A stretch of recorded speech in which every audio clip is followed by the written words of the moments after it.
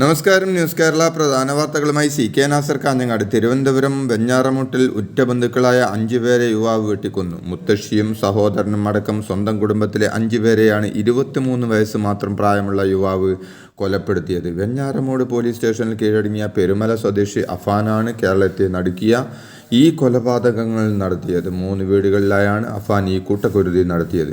അഫാന്റെ മൊഴിയനുസരിച്ച് police നടത്തിയ പരിശോധനയിൽ രക്തത്തിൽ കുളിച്ച നിലയിൽ 6 പേരെ കണ്ടെത്തി. ഇതിൽ അഫാന്റെ മാതാവ് ഒഴികെ എല്ലാവരും പോലീസ് എത്തും മുമ്പേ മരിച്ചിരുന്നു. അഫാന്റെ 88 വയസ്സുള്ള മുത്തശ്ശി സൽമാ ബീവി, 13 വയസ്സുള്ള സഹോദരൻ അഫ്സാൻ, പിതാവിൻ്റെ സഹോദരൻ ലത്തീഫ്, ഭാര്യ ഷാഹിദ, അഫാന്റെ പെൺസൂറത്തെന്ന് സംശയിക്കുന്ന ഫർസാന എന്നിവരാണ് കൊല്ലപ്പെട്ടത്. അഫാന്റെ മാതാവ് ഷെമി അതീവ ഗുരുതരാവസ്ഥയിൽ തിരുവനന്തപുരത്തെ സ്വകാര്യ ആശുപത്രിയിൽ ചികിത്സയിലാണ്. പെരുമലയിൽ 3 പേരെയും ചുള്ളാളത്ത് 2 പേരെയും പാങ്ങോട്ട് ഒരാളെയും കൊലപ്പെടുത്തി എന്നാണ് അഫാൻ വെഞ്ഞാറമൂട് പോലീസ് സ്റ്റേഷനിലെത്തി മൊഴി നൽകിയത്. കല്ലറ പാങ്ങോട്ടെ മുത്തശ്ശിയുടെ വീട്ടിലെത്തിയാണ് ഇയാൾ കൊലപാതക പരമ്പരയ്ക്ക് തുടക്കമിട്ടത്.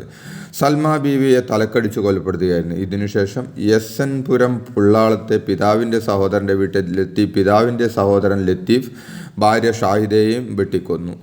പിന്നീടാണ് പെരുമലയിലെ വീട്ടിലെത്തിയ അമ്മ ഷെമി, പെൺസുഹൃത്ത് ഫർസാന, സ്വന്തം സഹോദരൻ അഫ്സാൻ എന്നിവരെ ആക്രമിച്ചത്. ക്യാൻസർ രോഗിയായ ഷെമി ഗുരുതര പരിക്കുകളോടെ ആശുപത്രിയിലാണ്.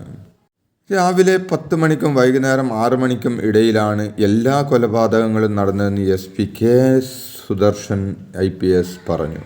വിഷം കഴിച്ചതായി സംശയമുള്ളതിനാൽ പ്രതി അഫാനെ തിരുവനന്തപുരം മെഡിക്കൽ കോളേജ് ആശുപത്രിയിൽ പ്രവേശിപ്പിച്ചിരിക്കുകയാണ്. പ്രതിയെ ആശുപത്രിയിലേക്ക് മാറ്റിയതിനാൽ മൊഴി കൃത്യമായി രേഖപ്പെടുത്താൻ സാധിച്ചിട്ടില്ലെന്നും SP പറഞ്ഞു. പോസ്റ്റ്മോർട്ടത്തിന് ശേഷം മാത്രമേ കൊലപാതകങ്ങളെക്കുറിച്ചും ആയുധങ്ങളെക്കുറിച്ചും കൂടുതൽ വിവരങ്ങൾ പറയാനാകൂവെന്നും SP പ്രതികരിച്ചു. അതേസമയം റിപ്പർ മോഡൽ നിഷ്ഠൂരമായ കൊലപാതകമാണ് നടന്നതെന്നും ചുറ്റിക അടക്കമുള്ള മാരകായുധങ്ങൾ ഉപയോഗിച്ചാണ് 23-കാരനായ അഫാൻ 5 പേരെയും കൊലപ്പെടുത്തിയതെന്നും കൊല നടത്തുന്നതിനായി പ്രതി ചുറ്റിക വാങ്ങിയെന്നും റിപ്പോർട്ടുകളുണ്ട്. കൂട്ടക്കൊലയിൽ പ്രതികരണവുമായി പ്രതി അഫാന്റെ പിതാവ് റഹീം നാട്ടിൽ തനിക്ക് സാമ്പത്തിക ബാധ്യതയൊന്നുമില്ലെന്നും പെൺകുട്ടിയുമായുള്ള ബന്ധം തന്നെ അറിയിച്ചിട്ടില്ലെന്നും സൗദിയിലുള്ള റഹീം പറഞ്ഞു. അഫാന് മറ്റ് പ്രശ്നങ്ങളുള്ളതായി ഒരു വിവരവും അറിയില്ലെന്നും റഹീം പറഞ്ഞു. സംസ്ഥാന കോൺഗ്രസിലെ പ്രതിസന്ധിയിൽ നിർണായക ഇടപെടലുമായി ഹൈക്കമാൻഡ്. പ്രധാന നേതാക്കളെ ഡൽഹിയിലേക്ക് വിളിപ്പിച്ചിട്ടുണ്ടെന്നും KPCC അധ്യക്ഷനും പ്രതിപക്ഷ നേതാവും അടക്കം വെള്ളിയാഴ്ചത്തെ യോഗത്തിൽ പങ്കെടുക്കുമെന്നും തരൂർ വിവാദവും പുനഃസംഘടനയും സംഘടനാ പ്രശ്നങ്ങളും ചർച്ചയാകുമെന്നും റിപ്പോർട്ടുകളുണ്ട്. ആശാ വർക്കർമാരുടെ സമരം ജില്ലാ കേന്ദ്രങ്ങളിലേക്കും വ്യാപിപ്പിക്കുന്നു. ഈ മാസം 27-ന് ആലപ്പുഴ, മലപ്പുറം ജില്ലകളിലും 28-ന് കോഴിക്കോടും സമരം നടത്തും. ചെയ്ത ജോലിയുടെ റിപ്പോർട്ട് ഉദ്യോഗസ്ഥർ ആവശ്യപ്പെട്ടിട്ടുണ്ടെങ്കിലും അത് നൽകേണ്ടെന്നാണ് സമരസമിതിയുടെ തീരുമാനം. ഓണത്തേറിയം കുടിശ്ശിക കിട്ടിയത് ഡിസംബർ മാസത്തെ മാത്രമാണെന്നും മുഴുവൻ കുടിശ്ശിക നൽകി എന്നത് തെറ്റായ പ്രചരണമെന്നും സമരസമിതി വ്യക്തമാക്കി. ആശാ വർക്കർമാരെ തെറ്റിദ്ധരിപ്പിച്ച് സമരത്തിന് ഇറക്കിയതിന് പിന്നിൽ അരാജക സംഘടനകളാണെന്ന് CPM നേതാവ് എളമരം കരീം പറഞ്ഞു. തൽപരകക്ഷികളുടെ കെണിയിൽപ്പെട്ടവരാണ് സമരം നടത്തുന്നതെന്നാണ് CPM കേന്ദ്ര കമ്മിറ്റി അംഗം കൂടിയായ എളമരം കരീമിൻ്റെ വിമർശനം. ചിലർ ആശാ വർക്കർമാരെ വ്യാമോഹിപ്പിച്ചുവെന്നും പെമ്പിളൈ ഒരുമ സമരത്തിന് സമാനമാണ് ആശാ വർക്കർമാരുടെ സമരമെന്നും അദ്ദേഹം പറഞ്ഞു.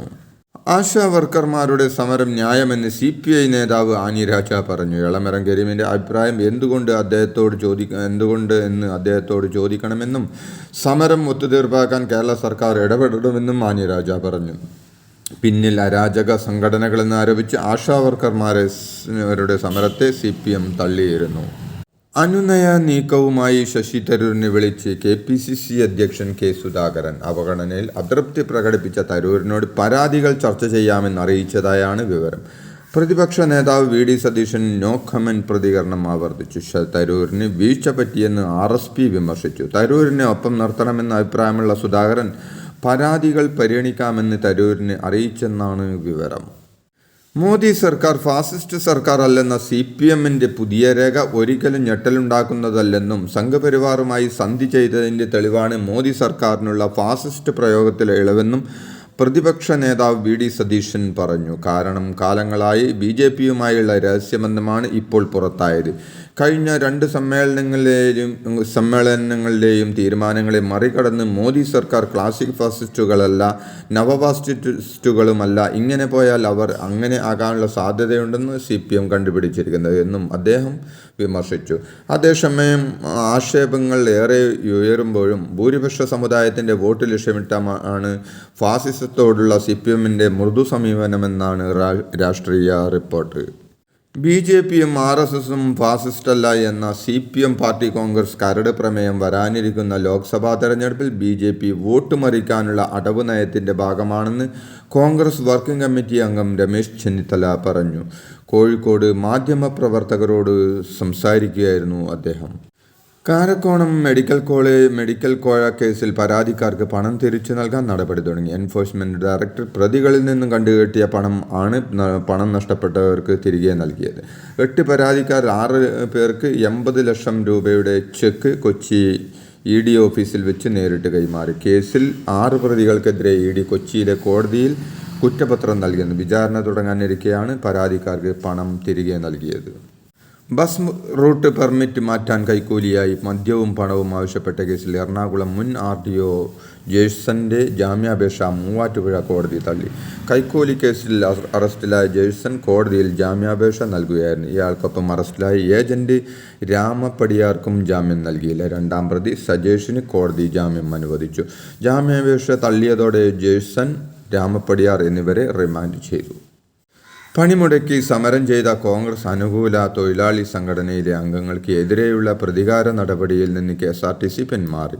പണം മുടക്കിയവർക്ക് ഡയസ്നോൺ ബാധകമാക്കി 1 ദിവസത്തെ ശമ്പളം പിടിക്കാനുള്ള തീരുമാനമാണ് KSRTC മാനേജ്മെന്റ് പിൻവലിച്ചത്. പ്രതിഷേധം ശക്തമായതോടെയാണ് പുതിയ നടപടി.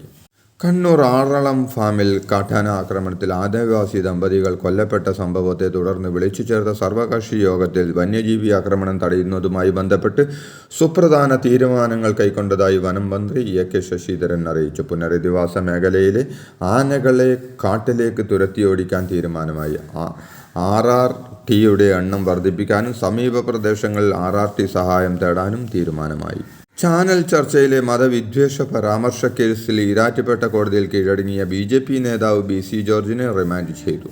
ചോദ്യം ചെയ്യലിന് ഈരാറ്റുപേട്ട പോലീസ് സ്റ്റേഷനിൽ എത്തുമെന്ന് അറിയിച്ചിരുന്നെങ്കിലും നാടകീയമായി ഈരാറ്റുപേട്ട കോടതിയിലെത്തി കീഴടങ്ങിയ PC ജോർജിന് കനത്ത തിരിച്ചടിയാണ് കോടതിയുടെ തീരുമാനം. അതേസമയം PC ജോർജിനെ ECG വേരിയേഷൻ കണ്ടെത്തിയതിന് പിന്നാലെ കോട്ടയം മെഡിക്കൽ കോളേജ് ICUവിലേക്ക് മാറ്റി. മെഡിക്കൽ കോളേജിൽ നടത്തിയ പരിശോധനയിലാണ് ECGയിൽ വ്യതിയാനം കണ്ടെത്തിയത്.